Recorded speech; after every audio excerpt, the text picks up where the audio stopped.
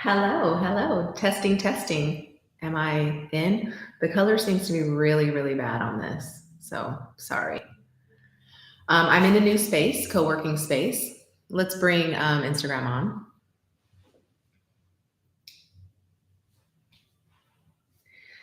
Hey, hey, welcome, welcome, clutter-free family to Clarity Hotline.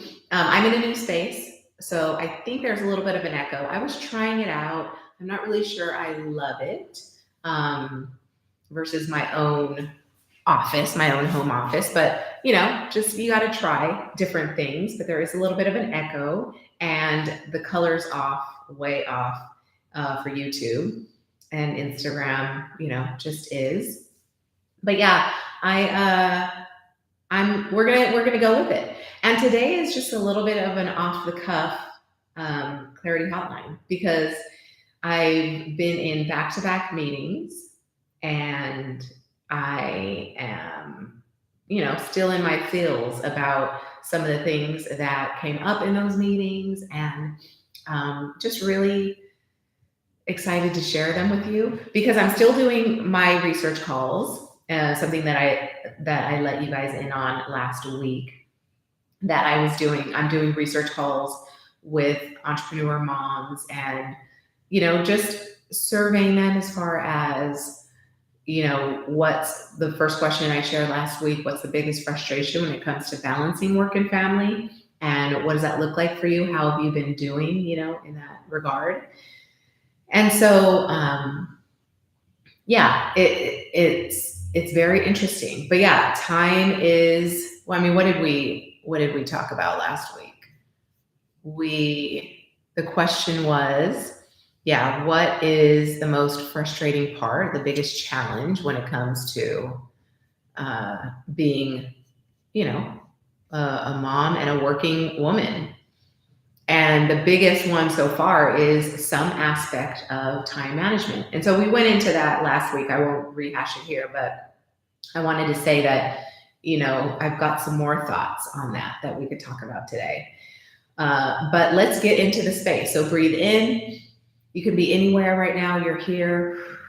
So thank you. And just arrive in this space. Breathe in and out.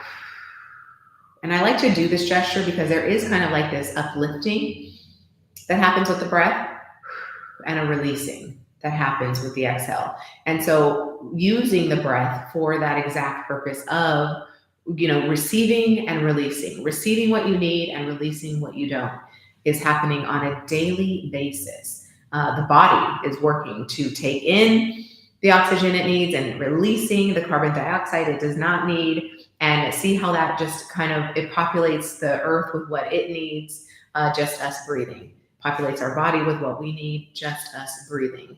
And there's so much wisdom in nature that when we allow ourselves to just be with it, be with what is, that there's just wisdom here, there's wisdom, there's peace, there's strength, there's clarity here. And I think the ultimate solution to any problem is slowing down. Because when we slow down, and which we are doing right now, slowing down and taking in the breath and just being with the breath, the inhale and the exhale, then, we really are giving ourselves the chance to slow down and be with what is. I was going to push my chair higher, but I don't want to take up time to do that. Yeah, because, when we slow down, there's the allowing of the information that we need to be received, taken in, applied, the information that wants to come, right? The information that wants to help us resolve what's stuck and get out of what's in our way and, not let it stand in our way anymore. And I think with the slowing down, and by the way, slow is the first step of the declutter code. So if you've read my book, The Declutter Code, 10 Simple Steps to Clarity, slow is the first step. So it's the first instruction when it comes to, finding your clarity. finding your way through the clutter and the things that want to get in your way. So let's do that. So if you can, sit comfortably in your chair, as upright as you can, tall, straight, erect spine. So even if you're sitting back, just make sure the back is straight. If you want to, you can sit up tall, right? And so breathe in. You can close your eyes if you can. Obviously, if your life's not in danger, if you close your eyes, go ahead and close your eyes. And take a big inhale and exhale. I know it's a little bit echoey. Thank you for letting me know that. I think, the room is just going to be echoey on this one.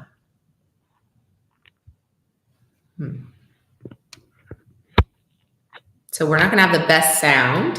And this is what I was saying as far as just testing out a new environment for Clarity Hotlines. I think, did that help? Okay, thank you.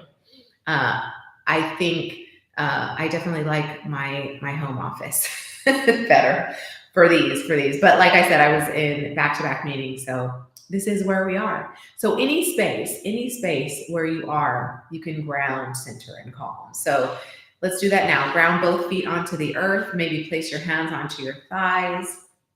Tall, straight spine. Relax your jaw.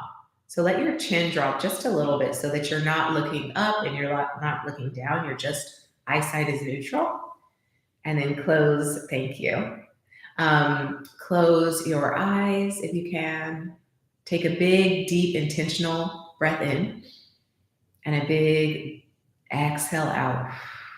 And we're going to just slow that down. So let that inhale come in strong and fill up every part of you, oxygenating every part of you. I feel like this is really necessary this time of year. And exhale as it comes. And then inhale as it comes. I'm usually cueing like a shorter inhale than the exhale. So do that if you want. A shorter inhale and then a longer exhale.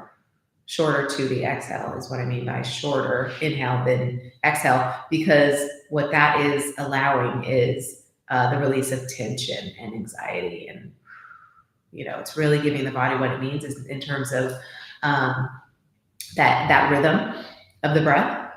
It really does release a lot of anxiety. But your natural inhale and exhale, let that just be natural and flow.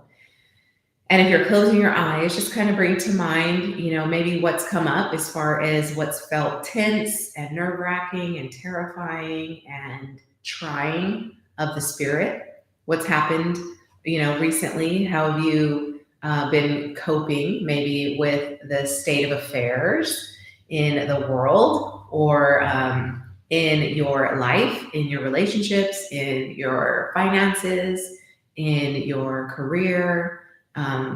Just kind of be with what's been frustrating. And then with every exhale, start to chip away at that and let it go. Chip away at that. Thanks for coming on live. Inhale and exhale. And so kind of picture the breath purging. Inhale, exhale, purging what is in the way. So this is an intentional breath in and an intentional breath out. And I personally like, until my body is calm, the exhale out of the mouth. So inhale and exhale. And just do that until it feels good. And as you're bringing to mind kind of the state of affair where things feel a little bit tense and chaotic and unsettling, and you're using the exhale to chip away at that and let it go, start to picture, bring to your mind's eye the image of things as you'd like it to be, right? There's kind of like what we see in front of us, what feels like what is, the reality as we see it now or as we can name it. But then there's also like what the mind can conjure up and what the mind can make happen, just simply thinking about it.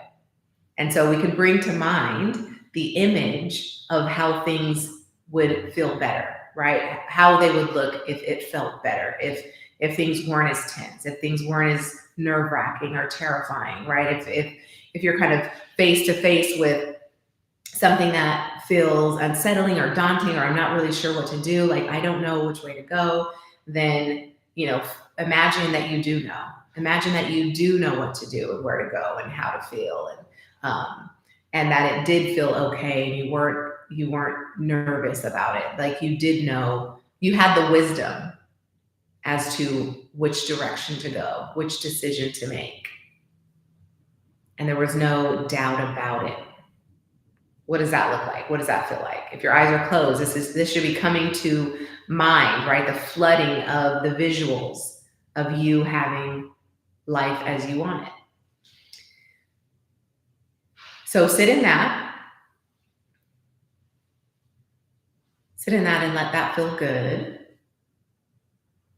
This kind of reality as you see it, as you can make manifest, just by simply bringing it to mind. I mean, that's how powerful the mind is. You can take the final inhale and exhale just as you want, and then you can open your eyes. But imagine if you did that more often than not, bring to mind the visual of you living life as you want, right?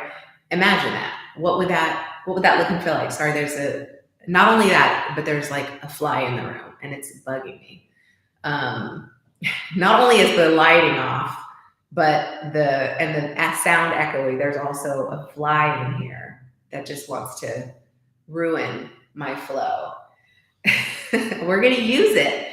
We're going to use every interruption, every inconvenience, every insecurity, and we're going to use it to advance ourselves forward on the path of enlightenment so that we're not held back by any insecurities.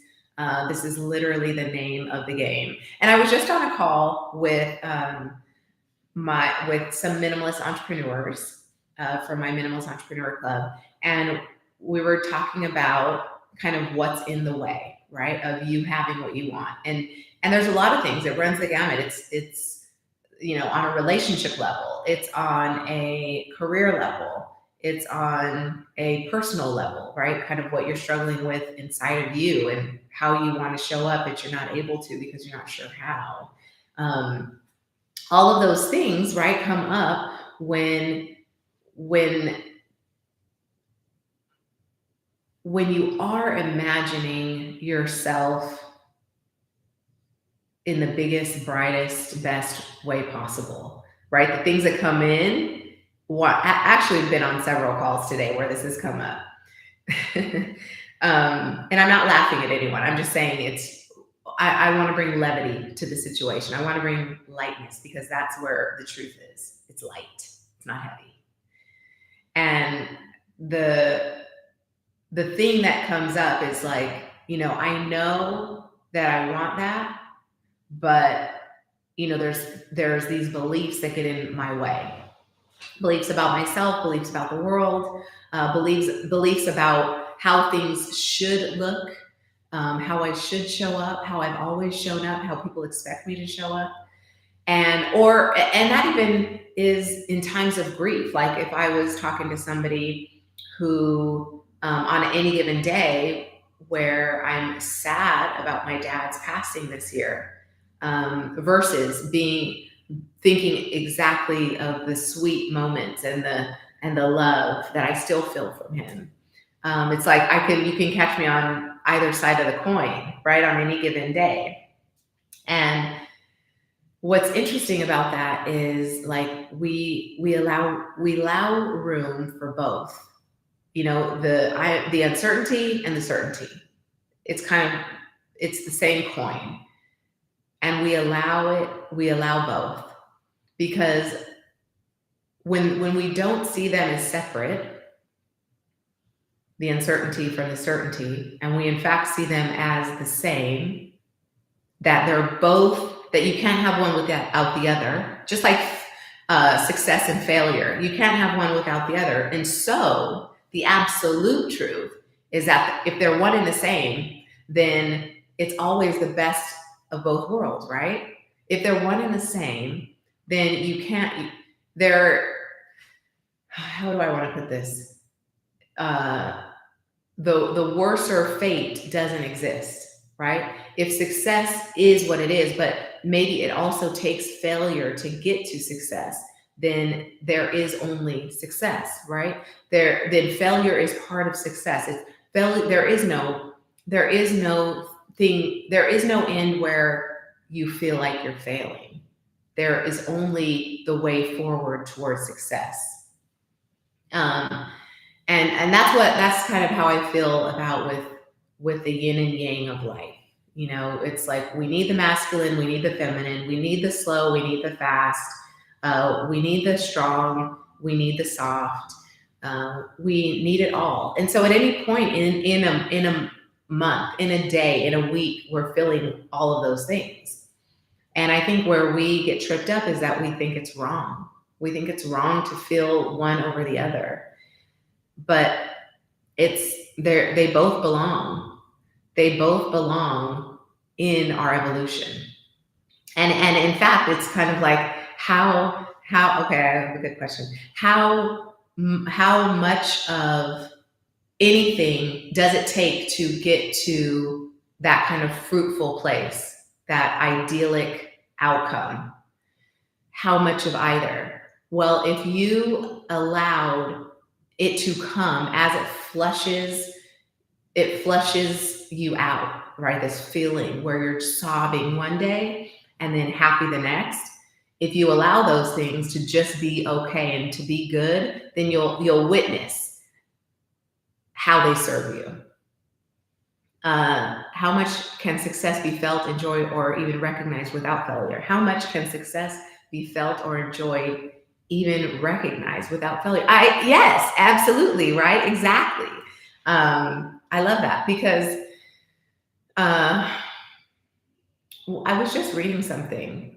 I think it was the book. It's a law of attraction book. I think it's called the Happy Pop. Oh, I don't want to script it. I'll have to link it and put it in the description. But yeah, it's like you can't recognize success without failure. You can't recognize failure without first tasting success. Like you won't know where you are if you didn't have the awareness of both. You won't know where you are in the world. And so, yeah, I think it's a beautiful thing if you can allow it, right? If you can allow both to exist and not take one for granted, not shun one away.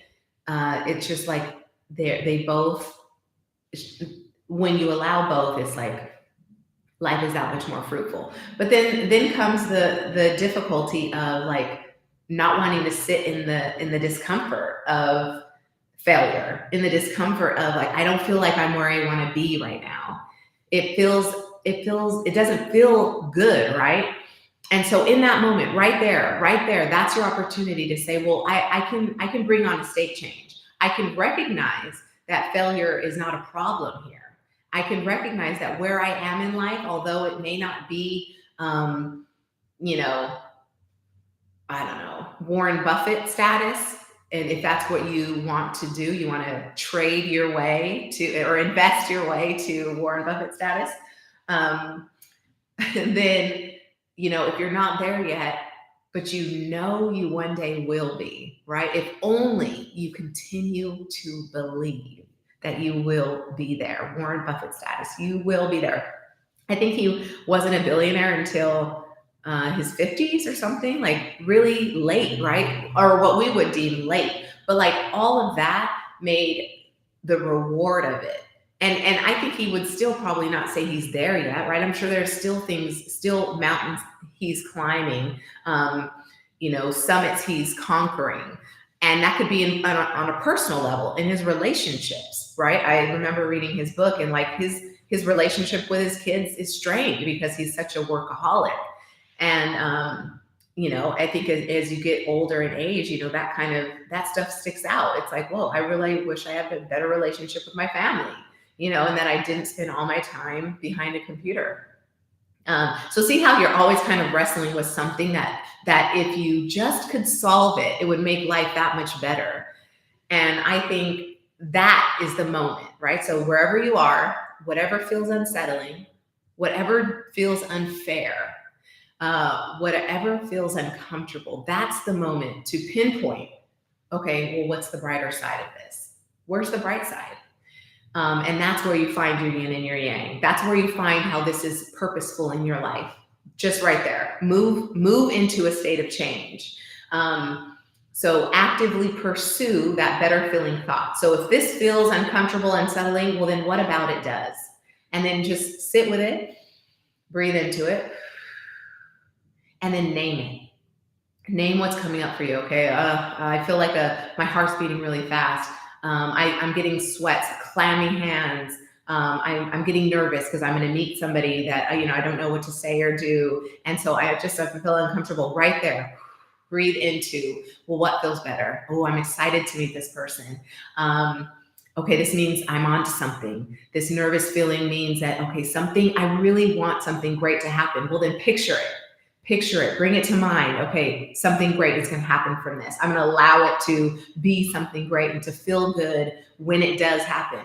And then you kind of bring yourself into the present moment. You bring yourself into clarity, and with clarity, you can make a connection that lasts a lifetime, connection that sees you through the discomfort, that makes you feel like you're not alone. Because I think that's where a lot of our fear comes, is feeling alone, feeling out of our element, a fish out of water. I don't know what to do. Where do I go? What do I make of the situation? I'm feeling fearful. And it's just because you just don't know. You don't know where you are. Well, then orient yourself. Breathe. Come into knowing. Come into knowing where you are. I did a video about, and maybe I'll try to link it on YouTube, where I go into like how to use this state. Actually, hold on. How to come into clarity, in those moments of discomfort, how to come into like making the moment work for you, not against you. Because the more we make the moments of feeling like a failure, feeling like things aren't where we want them to be, the more they start to work for us. And I mean, I often wonder, like, because we're so inundated with media and news that will take, and conversations with friends, family, where we're literally on this pendulum of, we're brought into conversation of sadness, and then brought into conversations of wellness and wholeness and peace, and then sadness, and then sadness, despair, hopelessness, and then the opposite. So on any given moment, especially if you're scrolling social media, recognize if that's dictating how you ultimately feel, how you're left in the day. Like when the dust settles, what's the dominant feeling? What's the dominant sensation? What's the dominant trait of the day, right? The theme, the tone of the day. We'll recognize like what brought you there. What was the pendulum kind of swinging against? And were you doing the swinging? Were you letting it be swung without you being involved? You're the gears that your thoughts, your mind is the gear that moves the pendulum back and forth. And so even if you're in conversation with somebody who is, kind of swinging you in the direction of that feels unsettling, it's like, oh, I don't really want to go there. Maybe it's gossip. You're being brought into a conversation where it's very gossip driven. You're talking about somebody. And gossip is really, self-judgment. We're judging ourselves when we're gossiping about somebody else. It ultimately, everything boils down to what we think about ourselves. And when we recognize that, no, of course we don't want to gossip about people. We want to breathe life, right, into the world, and not take it away. by trying to put somebody down, because when you do that, you're taking something from yourself too. And so if you're not in these kind of whole conversations, these whole feeling, these loving vibration conversations, then you're chipping away at your own wholeness, your own sensibilities, your own love, your own fullness, and it happens on a regular basis. How many times in a day are you kind of brought down from feeling your best? And what's doing it? Is it the way you're living your life, the way you're eating, who you're talking to, what you're consuming as far as information? And then what are you doing to counter the things that want to bring you to the depths of despair? What are you doing to counter those things so that you aren't feeling despair most of the day? You're feeling hopeful and alive and rejuvenated and feeling despair, right? Like you're feeling both. And when you tap into the alternative of despair and hopelessness and fear, and you tap into the alternative, then notice how that is the more dominant of the sensation. That's the more dominant of the feeling, when you can feel a better feeling thought. And that's why I think my favorite thing right now is to tell people, to ask, what is the brighter side? So think of the bright side. And I think immediately it conjures up like opportunity and possibility and perspective that immediately makes things feel lighter. Because I know when I'm in my head about stuff, it does feel heavy, right? Because it's like, oh, I don't have everything that I need to make this decision. I don't have everything I haven't read all the books to know what to do in this parenting decision, for instance. And it leaves me really depleted and feeling gross, like unprepared. And I hate feeling unprepared, but sometimes I just need to say, and I do this often, I'm just going to sleep on it. I don't want to make any decisions today, because I feel like I've been run over by a truck. And you don't make decisions there. That's not clarity. You make decisions when you're clear. If that's a good night's sleep, because maybe you've just been running and not nonstop, and this news got you on a bad day, then sleep on it. Enter a new day with the decision still at hand, and then make a decision. And I think that's how we honor kind of our ebbs and flows. It's like, when did we stop honoring ourselves? I think it's when we started wearing shoes and disconnecting from the earth and filling our days with work, right? And pursuing financial success, and what is on dominant display is celebrity and money. People all over the internet about like, oh, you can make this and that you can make this much money overnight. That's so much the soundtrack, I think, that we get so caught up in that we forget to define success for ourselves. And so I was in a great conversation with somebody who was saying, wow, I had to just reset what I thought success was, because I had been kind of like chasing something that I didn't even know what I was chasing. I was going after like this numerical value instead of like the sensation around what success feels like. And what does success feel like? Well, it feels like a great relationship with my family. It feels like calling home, and it feels like sitting at the dinner table with great conversation and laughter and love and making core memories. It feels like just staring at my sons and like just watching them do their thing and their little bodies move. It's like my favorite. It's my joy. It's my favorite thing. To just watch my sons. Like, that's success, right? And the things that start to interrupt or interfere on those things and take you from you experiencing that, then you've pinpointed the things that want to take you away from what your definition of success is.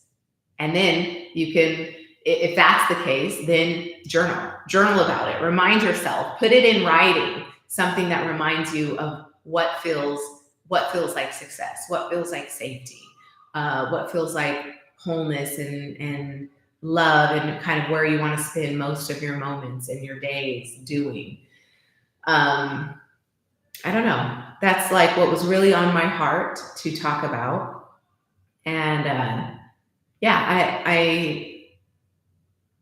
I didn't want to lead with any of the questions. I didn't want to actually take the questions on today because it was such a busy day, and I'm not in my home office, so I just wanted to like come on here and just share with you some of the things that have been on my heart, on my mind recently. And it is this idea of literally just asking yourself, what's the bright side? What's the bright side here? And I promise you, if you let yourself answer that question, things will feel brighter and lighter. And again, I'll say it again, that's where the truth is. When I feel heavy and wound up with worry and stuff like that, I know I'm taking myself too seriously. I know I'm taking the situation too seriously. And that is where the change is that I want to make. I want to stop taking the situation seriously as if this moment, like as if I'm in high school and who I'm hanging out with is going to determine whether I live a successful life or not. You know, I think we can compare it to the 2 high school years, right? But we're still doing it. We're still in high school at every moment. Whenever we think that any decision we make today is going to be the end all be all for the rest of our lives, like the whole rest of our life hinges on this one decision. No, it hinges somewhat, but we're always able to kind of steer our ship to go more with the flow of what feels good at any point. But I think the only time a problem is bigger than us is when we don't make a decision, when we're not in active participation in our lives, when we're just kind of like letting the cards be dealt and not having a say in the hand we put out, or calling it and say, oh no, I'm gonna choose a different game, or I'm going to choose to keep playing, or I'm going to choose to fold. I'm out on this one. I'm just going to observe and watch and witness and wait until I'm ready to step back in. But those are all decisions. I mean, the decision of not making a decision is also a decision, and recognizing that is a decision. So indecision is a decision. So it's not necessarily a bad decision, but it's just like the decision to not make a decision and sleep on it and make a decision tomorrow is a decision. And I think where it gets complicated is probably like when you're not the only decision maker on the decision, right? You're sharing your life with someone else. You're making decisions on behalf of these little humans you're raising, and so it can feel like a lot because their livelihoods, the rest of their life hinges on you making the best decision as their parent. Again, high school. It's like, hold on, we are going to be met with a lot of challenges, and as a parent, we're doing our best. We aren't going to always know how it's going to fare in life, but we can communicate our intention behind it. And I think what I haven't done, if I'm speaking for myself and my son and where my heart is in his upbringing, my 5-year-old, it's like, okay, schooling, what is the best school for him? And what do we do? What do we do that's best for you? What I haven't done for him is asked him. I haven't asked him, what do you want to do? Even at 5 years old, he's going to have an answer. And then it's up to me to kind of like work with that and interpret that in some kind of way makes sense to me, where, I'm able to kind of take what he says and put it into action. That's what we could do. I think, involving all the decision makers is where it does get complicated, but that's also where the freedom is. Involve all the decision makers. It's not only you making the decision for the child, you've got to involve them too. And I think if we communicate to the best of our ability, like what we're worried about, what we're fearful of, and we let everybody in on this decision-making process on behalf of this person, ourselves or otherwise, then I think that's where, that's where the positive change happens. That's where things can start to feel lighter, right? Because it's not only on your shoulders, you're actually involving everybody involved, everybody who matters to the situation. So yeah, that's what I'm going to do. I'm going to go home and ask my son, how he's feeling about school and what he'd like to do next, because that is kind of a top of mind topic right now for us. But bringing it back to everybody who's, facing the decision right now to do something, or they're at a fork in the road and it's like one way or the other. It's kind of like, okay, I don't want to stay here, right? You don't want to stay at the fork in the road forever, but right now you're at the fork in the road, and that's okay. It's okay to be there at the fork in the road. But what side of the road, right? If you were to move forward right now without thinking too hard about it, which road do you want to go down? You're at a fork in the road. There's option A, there's option B. Which would you prefer to go down? And then why aren't you going down that road? Where does the complication start to enter the picture? That you're not able to just choose the direction and choose the option A or B. Where do the complications start to enter the picture? And what are you not bringing to the situation that keeps it complicated, that keeps you in indecision? Is it a good night's sleep? Is it not talking to the other people involved? Is it not having a sit-down conversation? I think this is why family meetings are my favorite. Having sit-down family meetings where you're talking to each other and everybody's invested in the family meeting. Everybody knows that it's consistent. They don't begrudge it. Maybe they do at first, but then they start to get behind it. And they know, like, oh man, I really love these family meetings because I get to connect with my family, who are going to always be there for me. And the more I cherish this time with my family before I move out of the house, and I'm meaning for your kids, the better, right? The more bonded we are. And the easier life becomes because we're all on the same page. We sat down, we talked about what's going to happen this week, who's got what going on when, and how are we all going to manage it? How are we all going to fit into the schedule? And how can we feel light about it? Not let it feel so heavy. What are you worried about? Okay, how can we help you with that? Okay, where can we support you more? I'm really nervous about this interview I've got on, Thursday. And, what do you need from us? Well, I need quiet. I need quiet in the house if you're home. And I need to be able to just really invest this hour into the interview. Okay, great. We got you. Wow. Okay, thanks. Everybody's on the same page. It's when they're not on the same page that everything feels heavy. Everything feels like it's all on your shoulders. And that is not true, right? You're not alone. Okay, hold on. So let's take that. Let's look at that. You're not alone, but then you kind of are, right? You're not alone in anything, but when it feels like you're in indecision, it probably does feel really lonely. Without clarity, without certainty, without kind of the next step, the next best step, clear in your mind. Like, I can't go wrong if I do this. I take option A or B. I can't go wrong, right? Without that clarity, without that assurance, it does feel lonely. It does feel lonely. And that feels heavy. And the pressure is on you by yourself. That feels lonely. But you're not alone.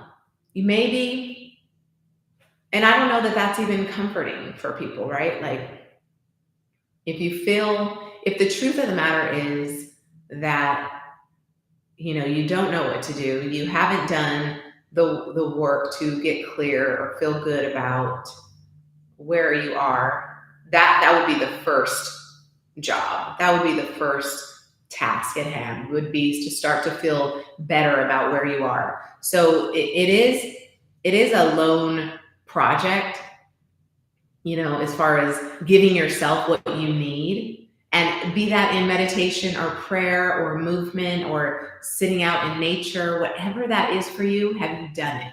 Right? In the last 48 hours, have you given yourself that?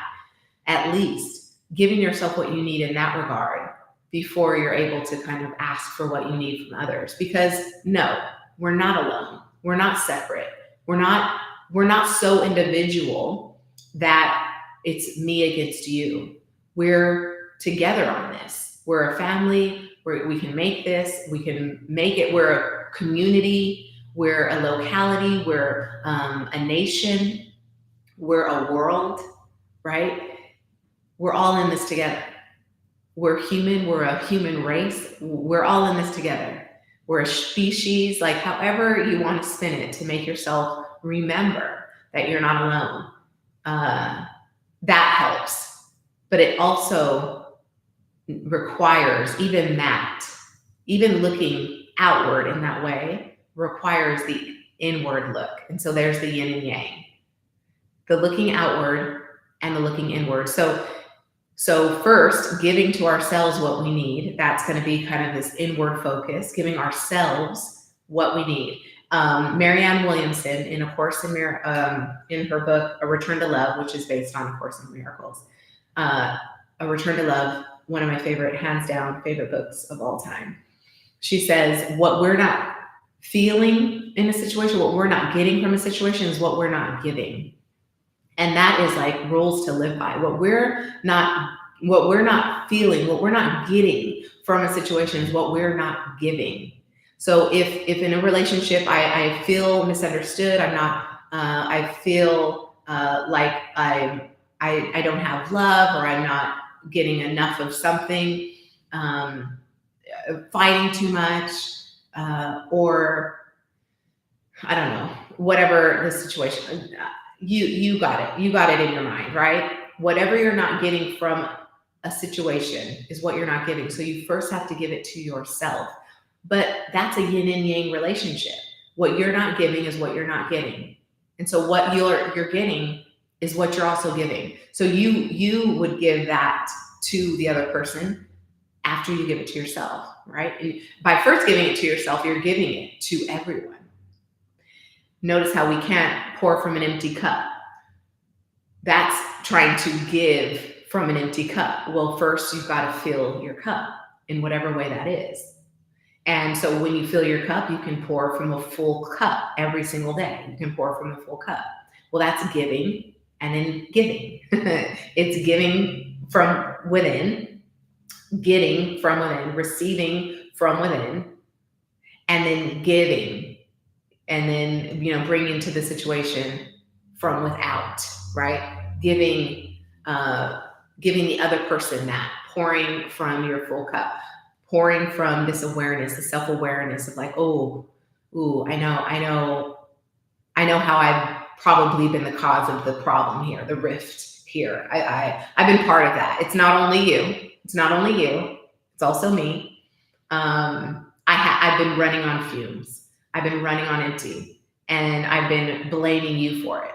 I've been saying that you're the reason I'm running on empty. But I also haven't done yoga in the last 24 hours, or I haven't slept 8 hours in the last 24 hours. I haven't given myself a facial or a bath, or and just slowed down, right? I haven't done that. Well, then of course you haven't slowed down enough to where you even know what you need from anyone else.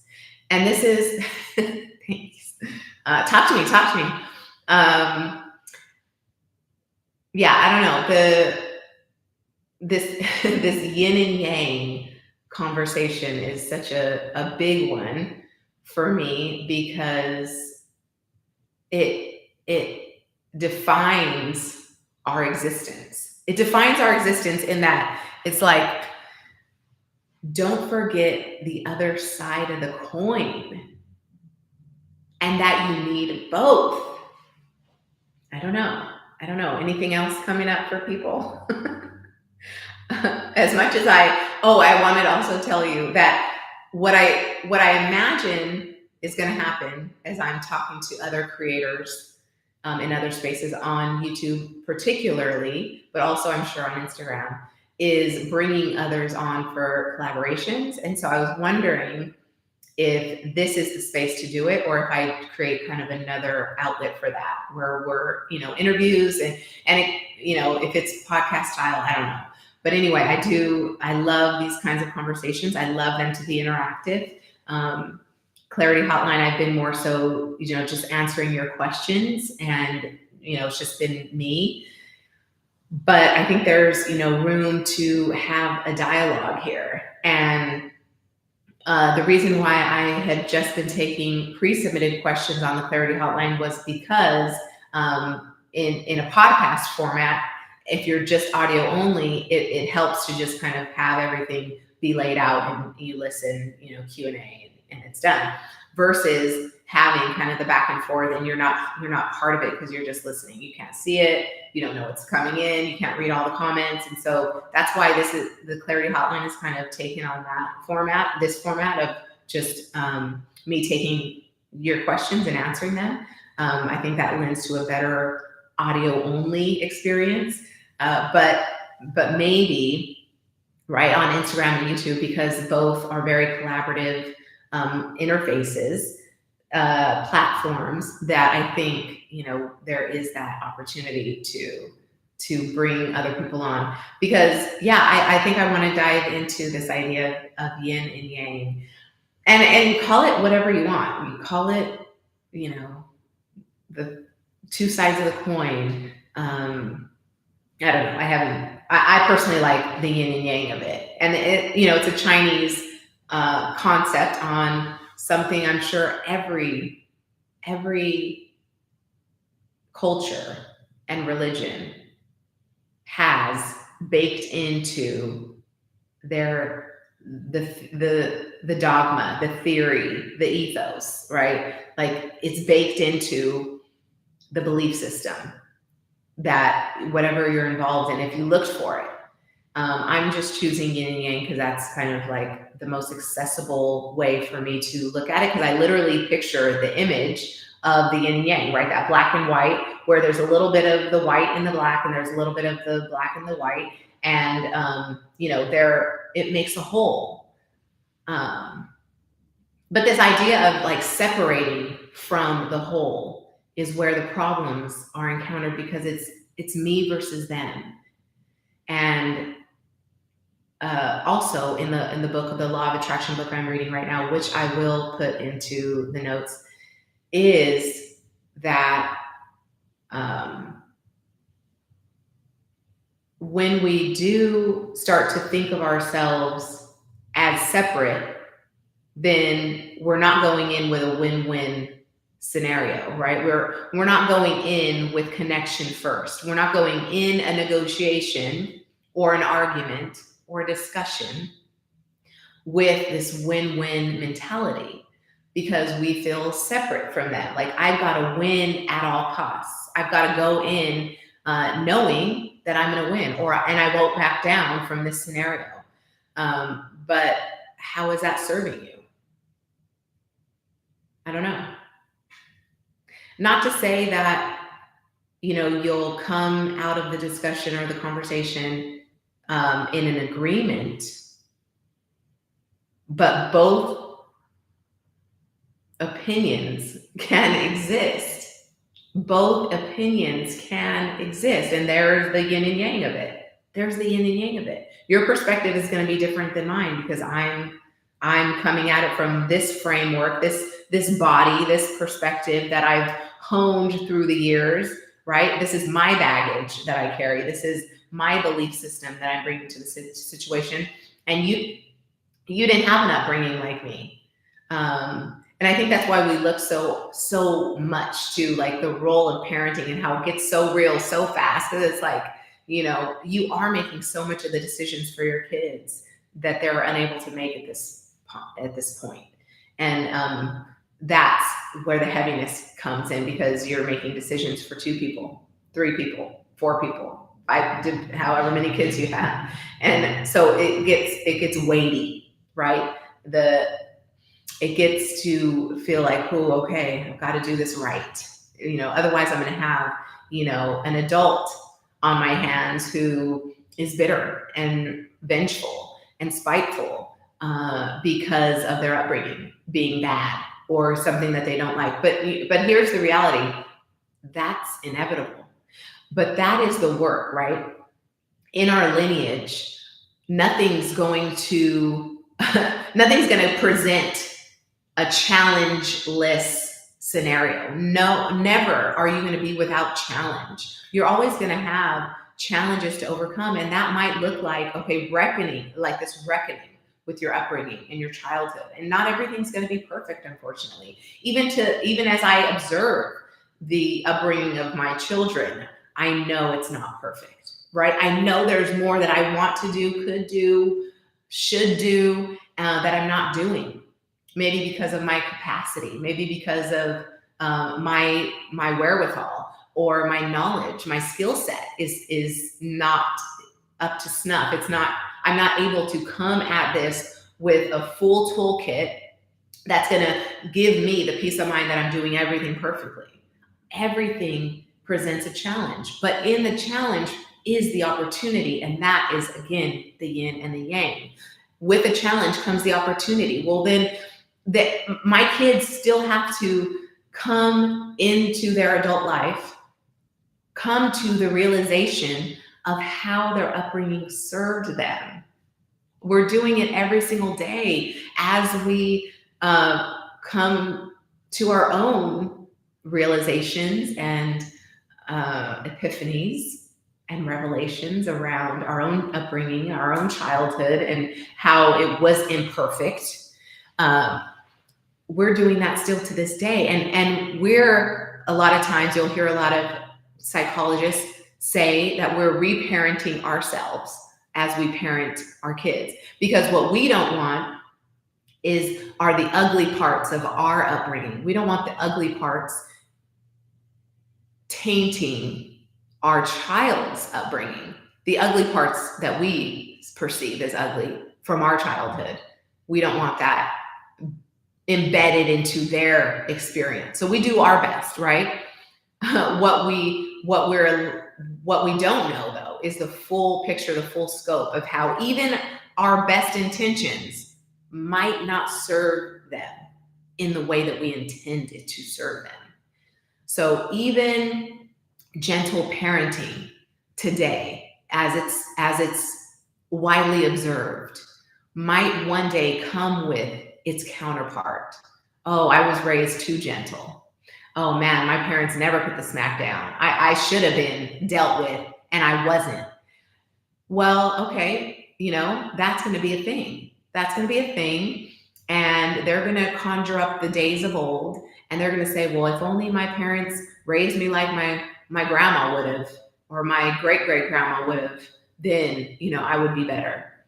So if we hinge all our decisions on, well, oh my gosh, how is this gonna make me, how guilty am I gonna feel when I'm face to face with my son, my adult son, telling me, Mom, why did you do that?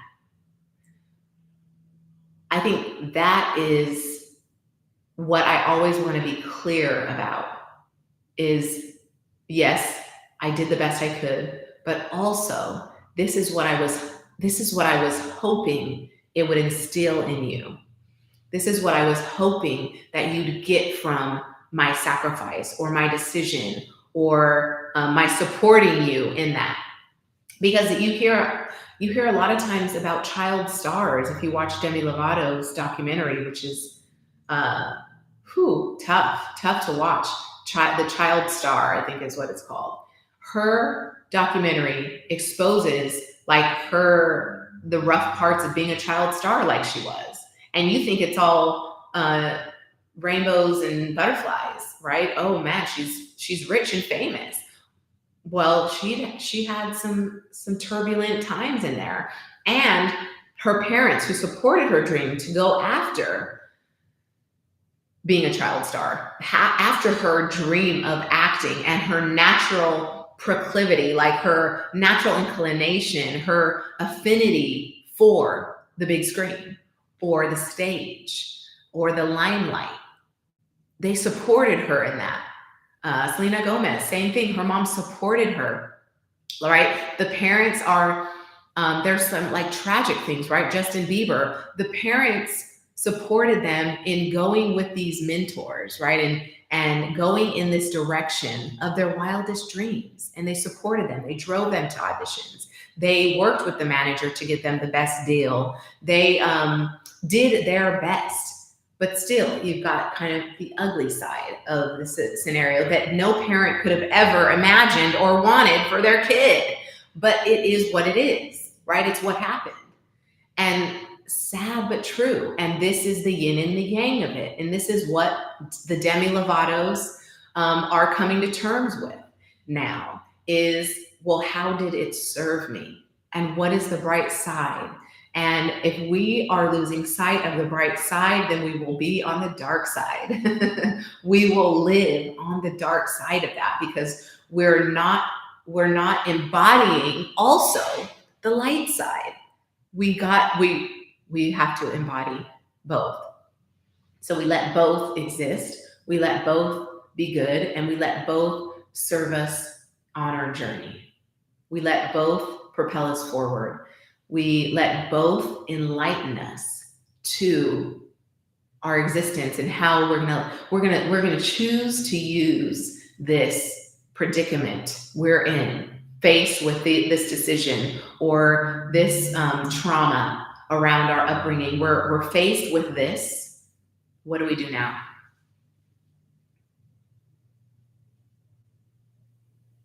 So let's end our clarity hotline for today on that question. What is the bright side?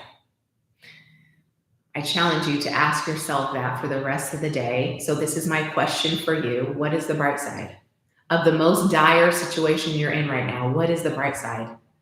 Where is the opportunity? Where is the fruit? Where is the fruit here? And how will you let the seed of this situation blossom into something beautiful? Okay. Are we good? Okay. All right, fam. Peace and love. I might be back in my home office next week because I don't love the lighting here at all whatsoever, or the echo, or the flies, to be completely honest. No, I'm kidding. I think that one just got in here from the open window, which I actually love, opening all the windows here. But thanks for joining me. Thanks for being on live. I see you. Love you. Peace. See you next week, Thursday, 12 noon Pacific. All right.